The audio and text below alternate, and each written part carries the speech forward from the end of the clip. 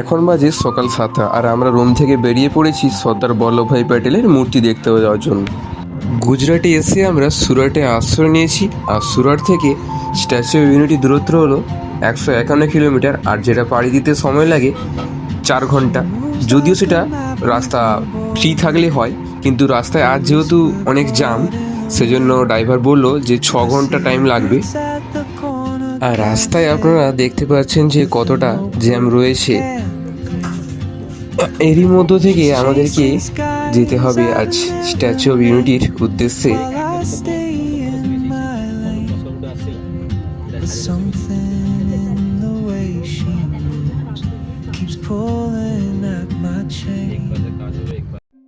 প্রায় দীর্ঘ 6 ঘন্টার সফর শেষ করে আমরা শেষ পর্যন্ত পৌঁছে গেলাম সর্দার বল্লভভাই প্যাটেলের কাছে।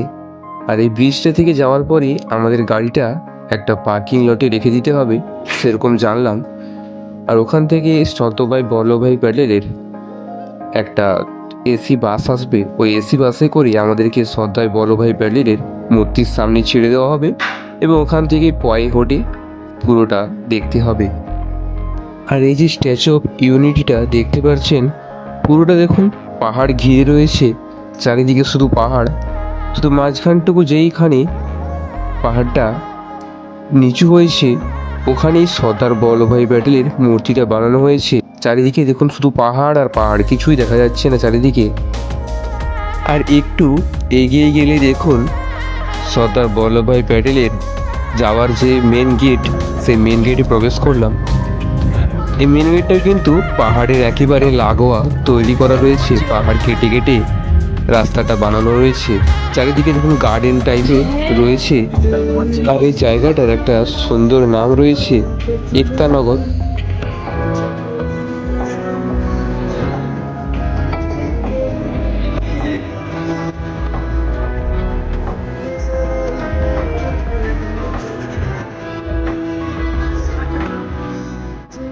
মেন গেটে ঢোকার সময় দেখুন দুজন আমাদের পার্কিংয়ের জন্য কার্ড দিল।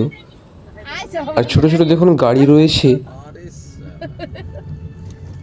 একটা ছোট্ট গার্ডেনের মধ্য দিয়ে এই রাস্তাটা বানানো রয়েছে। এখানে কিন্তু দেখুন খুব সুন্দরভাবে পার্কিং লটের ব্যবস্থা রয়েছে। পরপর কি সুন্দরভাবে গাড়িগুলো সাজানো রয়েছে। বাসের জন্য দেখুন আলাদা লাইন আর গাড়ির জন্য আলাদা লাইন রয়েছে। ওখানে পার্কিং লটে যেহেতু অনেক দেখেছিলেন লোকজন বসেছিল, তাই আমাদের গাড়িটা ওখানে পার্কিং না করে এই বাসের পেছনে দেখছি পার্কিং লটের ভালো সুবন্দোবস্ত রয়েছে, ওখানেই দাঁড় করিয়ে দিলাম। আমরা এখন গাড়ি থেকে নেমে সামনে এগিয়ে চলেছি। কি নিয়ম কানুন রয়েছে দেখা যাক, ওখানে গিয়ে দেখব। চারিদিকে দেখুন ছোট ছোট গাড়িগুলো পার্ক করা রয়েছে, আর ওদের যেহেতু গাড়ি রয়েছে গাড়িগুলো আনতে আসবে। অনেক দেখুন মানুষ দোকান দিয়েছে, ফলের কোন মানুষ দিয়েছে, চিপস প্যাকেটে যেগুলো বাচ্চারা খায় ওগুলোর দোকান দিয়েছে। এখানে দেখুন একজন মহিলা টুপি নিয়ে বসেছে যাতে আমরা রোদের হাত থেকে রক্ষা পাই। আজকে প্রচণ্ড রোদ আর গরমও রয়েছে। দেখুন আমরা এখন যাচ্ছি টিকিট কাউন্টারের দিকে, দেখি ওখানে গিয়ে কী কী নিয়মাবলী রয়েছে। অনেক জায়গায় দেখেছি যে ফোন নিয়ে ঢুকতে দেয় না, এখানে কি নিয়ম তা দেখি আমরা।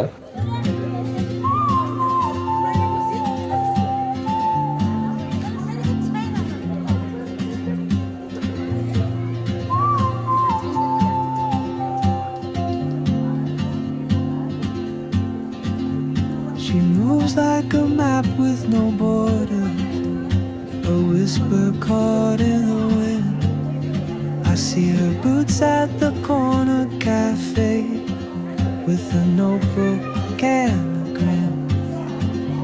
She's chasing skies I've never named while I stay in my lane.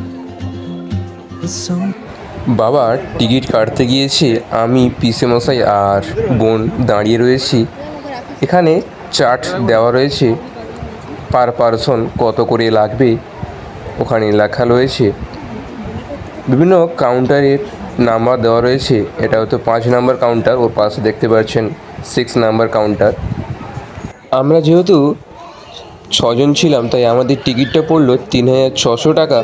আর আপনারা দেখতে পাচ্ছেন এখানে রয়েছে অ্যাবাভ 15 ইয়ার্স অ্যাডাল্ট, মানে 15 বছর যারা ঊর্ধ্বে হবে ওদের টিকিট লাগবে, আর যারা নিচে হবে ওদের টিকিটের দরকার নেই।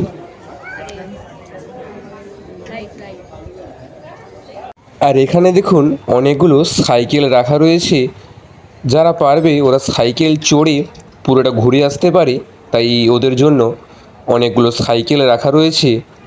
আর আপনারা চাইলে সাইকেল নিয়ে যেতে পারেন, কারণ এই পার্কিং লট থেকে মেন যে সর্দার বল্লভভাইয়ের প্যাটেলের মূর্তিটা রয়েছে ওটা মাত্র 3.5 কিলোমিটার, তাই অবশ্যই সাইকেল নিয়ে যাওয়াটা বেটার। আর যারা সাইকেল না চালাতে পারেন তারা বাসে করে যেতেই পারেন।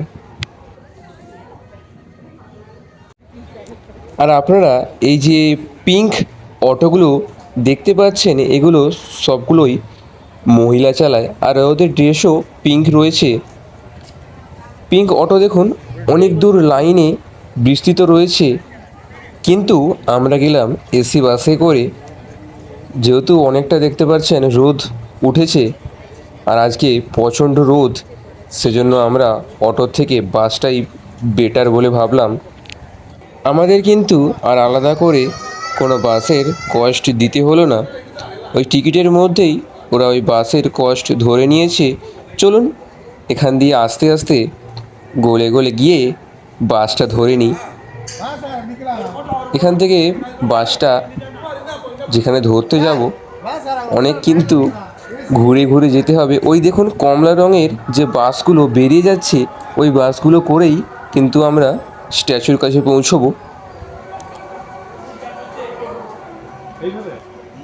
বেশ ঠিক চলে গেছে, সেটা আমি সেটা দেখলে পুরো পরপর চলে যেতাম, সেটা শর্ট করে হতো।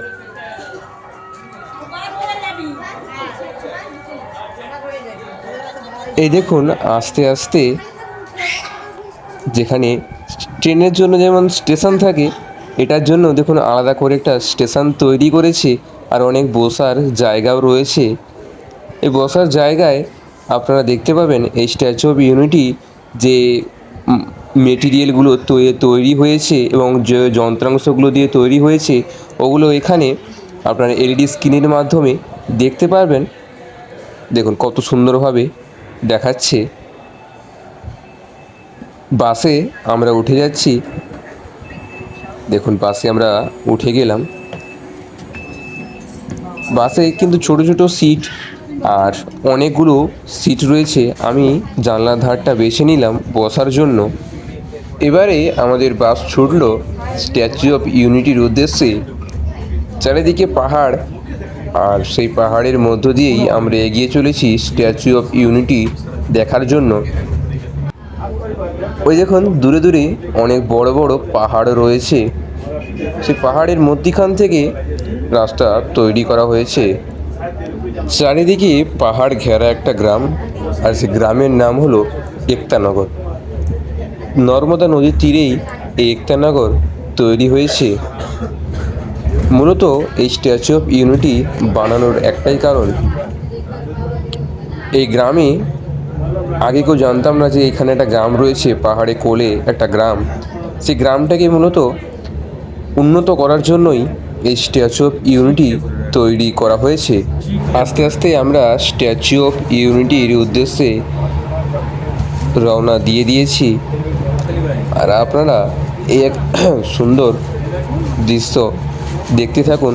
আর এই দৃশ্যটা দেখতে দেখতেই আমরা একতানগরে যে মেন স্ট্যাচু অফ ইউনিটি সেখানে পৌঁছে যাব।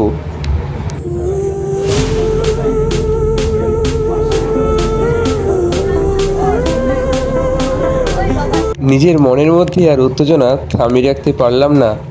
জানলার ধারে এসে দেখি সর্দার বল্লভভাই প্যাটেলের যে বড় মূর্তিটা সেটা চলেই এসেছে প্রায়।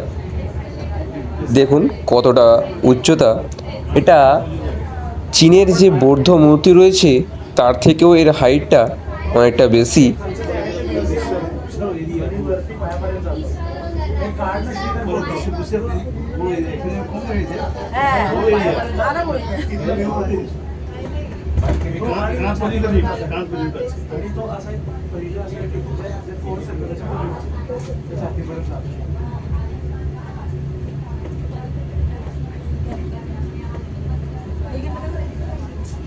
এরকম শোনান তো জানেন তো? এরকম দীঘাতে সুভাষচন্দ্র বোসের করে দরকার আর ফরচুন ওই জগন্নাথ মন্দির না বানিয়ে এরকম এই দীঘাতে করতে আর কি। এই ফিরি বলে।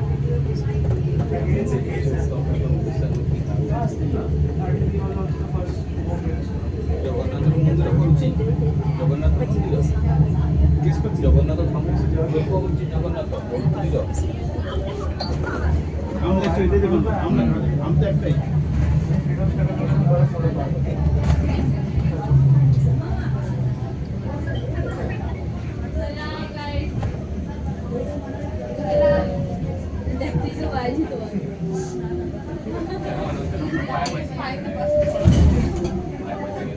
Se va de pensar que puede tener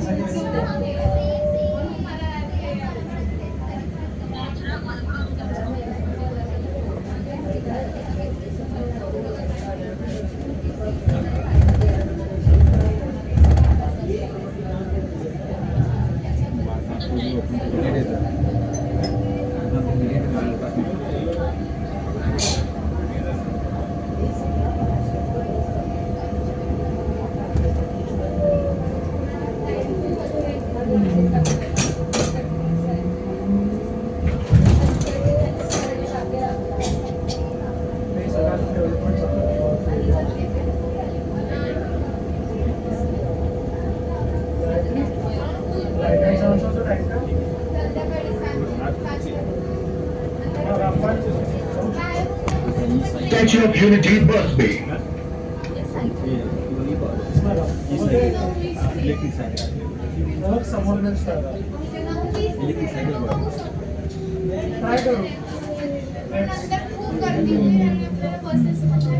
অবশেষে কিছুক্ষণের যাত্রা শেষ করে আমরা পৌঁছে গেলাম স্ট্যাচু অফ ইউনিটি মেন গেটে পৌঁছে গিয়েছি। আস্তে আস্তে আমরা ভেতরের দিকে এগিয়ে যাই। আপনারা আমার সাথে জুড়ে থাকুন। পরবর্তী পর্বে আপনাদের দেখাবো আমরা ভেতরে কি কি দেখলাম। আজকে এই পর্যন্তই।